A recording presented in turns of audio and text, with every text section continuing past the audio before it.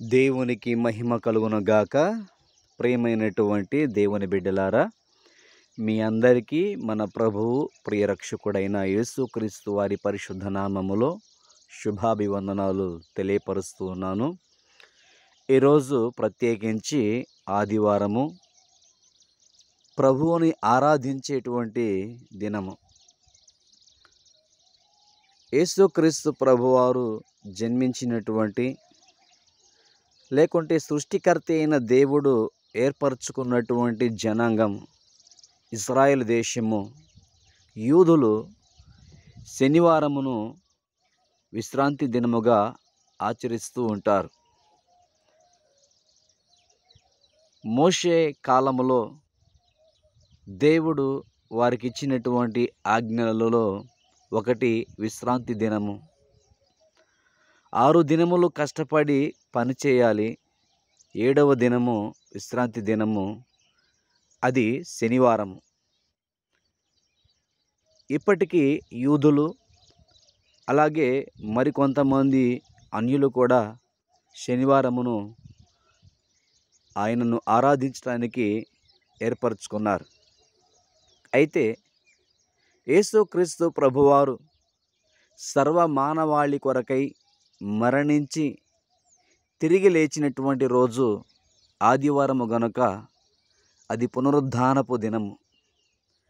అన్యజనులమైనటువంటి మనకి ఆయనను ఆరాధించటానికి ఆదివారము అనేటువంటిది ఏర్పరచడం జరిగింది.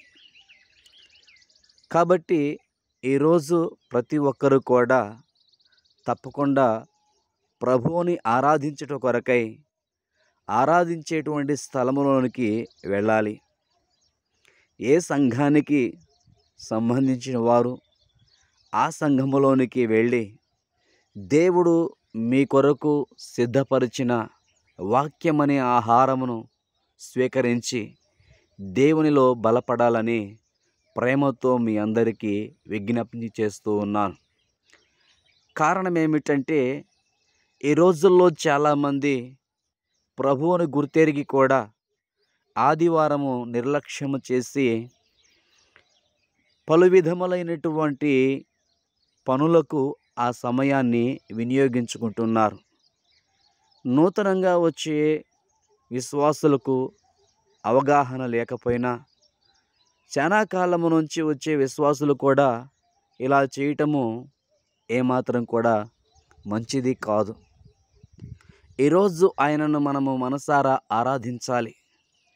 చూడండి, మన దేశంలో గవర్నమెంట్ స్కూళ్ళకి ఆదివారం సెలవిస్తుంది, ఆఫీసులకి బ్యాంకీలకి ఆదివారము సెలవిస్తుంది.